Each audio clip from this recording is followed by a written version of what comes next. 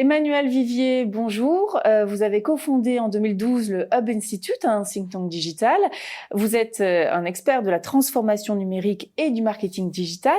On parle aujourd'hui de métaverse, de NFT. Ce sont des mots qu'on voit partout en ce moment. Quel est l'enjeu pour les marques ? Effectivement, ces termes qui peuvent paraître un petit peu complexes, abscons ou un petit peu flous, finalement, aujourd'hui, tout ça, ça fait partie un peu d'une troisième génération d'Internet. On parlerait de Web 3.0, après le Web 1, qui est un peu les sites web, le e-commerce, les moteurs de recherche, le Web 2.0, les réseaux sociaux. Là, on arrive un petit peu à une nouvelle génération, souvent autour des technologies un peu liées à la blockchain, aux crypto-monnaies, dans lequel on va avoir à la fois des sujets un petit peu de monde virtuel, avec la réalité virtuelle, la réalité augmentée, les avatars et les métaverses, et puis des sujets d'identité numérique où on va pouvoir faire son paiement un petit peu différemment. Donc les NFT, on va pouvoir acheter une œuvre d'art numérique ou avoir un certificat, on va dire de possession d'un bien numérique, ou tout simplement un digital wallet qui va nous permettre de stocker ses bitcoins ou ses crypto-monnaies pour payer. Donc ça peut paraître un petit peu complexe, mais finalement c'est ni plus ni moins qu'une évolution assez logique d'Internet qui supprime pas le 1 et le 2.0. Alors après il y a beaucoup de fantasmes parce qu'évidemment on a tous imaginé ces univers virtuels de par la science-fiction avec Avatar, Matrix, Ready Player One, etc.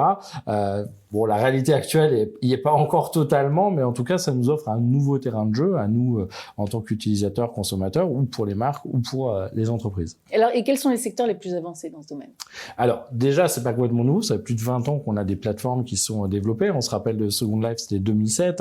On a Roblox ou Minecraft qui cartonne, qui est plus du jeu vidéo, mais finalement, dans lequel on peut créer des choses. Donc, c'est pas loin non plus d'un metaverse puisqu'on peut y collaborer. On a Fortnite et plus récemment, on a eu Decentraland, on a Sandbox, ou Horizon chez Meta. Donc on peut y faire plein de choses. On peut tout simplement s'y divertir, donc jouer tout seul, jouer avec d'autres. On peut y échanger, y communiquer, suivre un concert.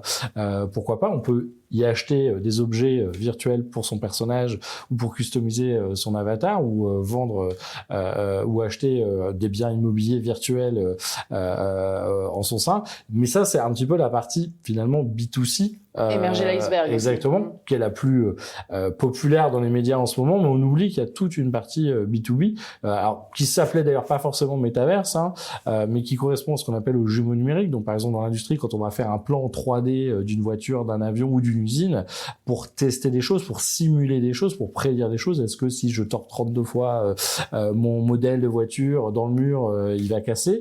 On parlait plutôt de jumeau numérique que de métaverse, mais c'est un univers virtuel en 3D dans lequel on va être plusieurs à collaborer. Alors là, c'est plus pour travailler. On peut évidemment y faire des meetings demain. C'est un peu le Zoom ou le Teams amélioré dans lequel on va pouvoir se retrouver avec son petit avatar dans son meeting à une réunion ou à un grand événement ou une conférence. On va pouvoir effectivement y acheter des choses. Donc on imagine demain en commerce, on va pas forcément refaire un supermarché en 3D avec un petit caddie, mais pouvoir pourquoi pas demain trader certaines choses dans les plateformes. Et puis il y a des briques qui vont être utiles au métaverse, la réalité virtuelle ou la réalité augmentée, qu'on utilise déjà dans les filtres sur Snapchat, sur Facebook ou d'autres, où par exemple on va pouvoir tester une montre à distance ou un rouge à lèvres ou une nouvelle couleur de cheveux. Et ça, c'est déjà maintenant. C'est déjà tout de suite, c'est des technos qui peuvent nous aider à faire du commerce. Donc il y a cette vision un petit peu fantasmée d'un univers en 3D virtuel qui est en cours, mais qui est pas vraiment finalisé, qui est un peu hérité effectivement de ce gaming. Et puis il y a déjà des usages liés aux images de synthèse, de la 3D, la réalité virtuelle, qu'on peut déjà intégrer dans du mobile, dans du web, sans forcément avoir un casque ou des lunettes, et qu'on pourrait utiliser en B2B ou dans l'industrie. Et vous parlez de jumeaux numériques, justement, on réplique des chaînes logistiques ou des chaînes de production en entier. En fait, un jumeau numérique, c'est juste de dire on va faire un double du monde. C'est vraiment Matrix. Je crée une deuxième layer, donc je peux créer un double d'un plan d'un produit, donc j'ai un plan en 3D de ma voiture ou de toute l'usine ou de toute la chaîne, donc de tous les process, et du coup une fois que je l'ai modélisé, je vais pouvoir tester des hypothèses. Si je rajoutais une deuxième chaîne de production, qu'est-ce que ça va créer derrière?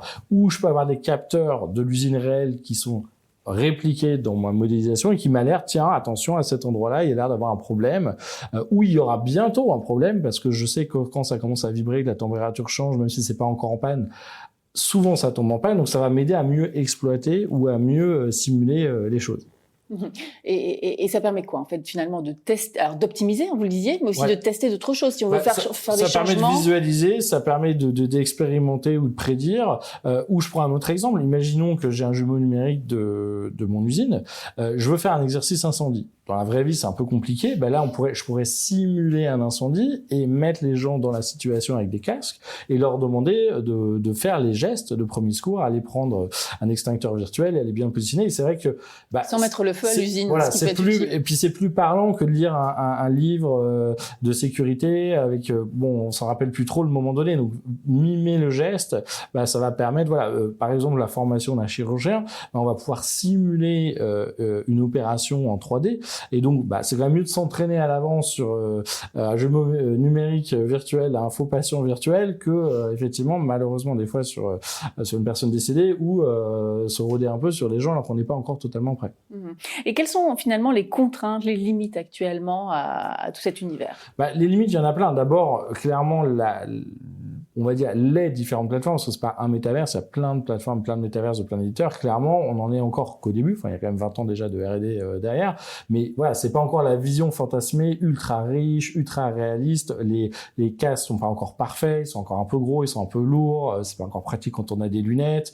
Donc on voit bien qu'il y a encore, et c'est Meta qui l'a annoncé, c'est que c'est un chantier de plus de 10 ans où il va investir 10 milliards par an avec 10 000 salariés de plus sur ce projet-là, parce que effectivement il y a encore 13 barrières technologiques, du casque, peut-être un jour il y aura les odeurs, le toucher, donc il y a encore tout un tas de choses. Et puis on voit bien que la techno est encore naissante, donc il peut y avoir certains risques d'abus, on peut devenir un peu addict, comment on va modérer tout ça quand ça tombe 24 heures sur 24, c'est un peu le Far West, etc. Quelle loi s'y applique? Si on parle des NFT, il y a encore quelques failles techniques, ça arrive qu'il y ait des gens des fois qui se fassent vidanger leur portefeuille ou qu'on ait une fausse œuvre qui soit publiée sur le marketplace parce qu'il n'y a pas forcément d'autorité. Donc voilà, après j'ai envie de dire, c'est un peu comme partout dans la tech, quand on se lance, rien n'est jamais parfait, et surtout au démarrage, c'est toujours un petit peu le Far West. Donc là, il va y avoir besoin que tout le monde se rôde, les marques, les fournisseurs de technologies, les plateformes, le régulateur, que la loi va un peu moins vite que la tech, mais il n'y a pas de raison. Là, on a réussi sur le Web 1, le Web 2 à peu près, il n'y a pas de raison qu'à terme on n'y arrive pas sur le Web 3.0. En tout cas, il y a un enjeu réel qui est de donner confiance.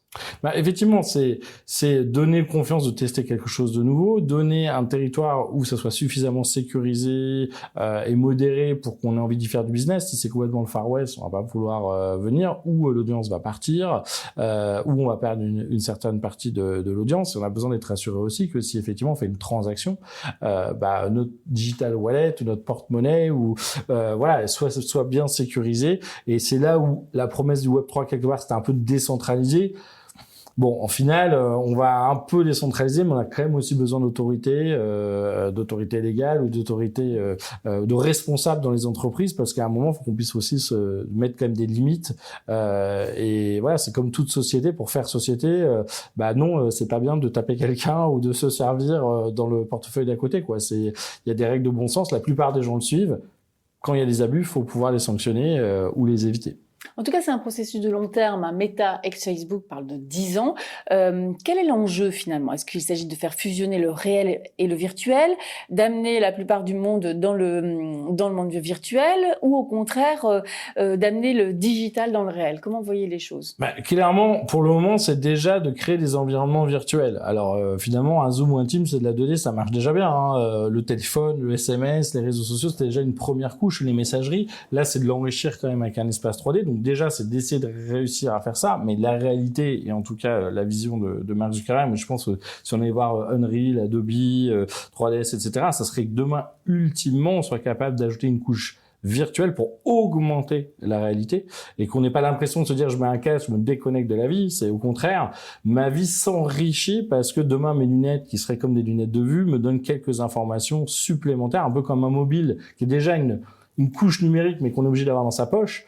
Demain, si on pouvait avoir cette couche numérique à disposition avec du vocal, avec de l'intelligence artificielle, de manière quasiment magique, c'est-à-dire sans s'en rendre compte, en fait, de manière très instinctive, bah oui, c'est sûr que ça pourrait être très pratique de dire, tiens, demain, je vous rends compte, bah tiens, je peux avoir votre fiche LinkedIn et quelques informations supplémentaires. Tiens, j'ai un message, ça m'apparaît discrètement dans un coin. Donc là encore, il y a des limites un peu techniques, mais avec le cloud, avec les améliorations de la réalité augmentée, des écrans, oui, on peut espérer que d'ici quelques mois, on va dire quelques années, on arrive à avoir une vie augmentée beaucoup plus riche, et puis on pourra toujours l'éteindre quand même de temps à autre.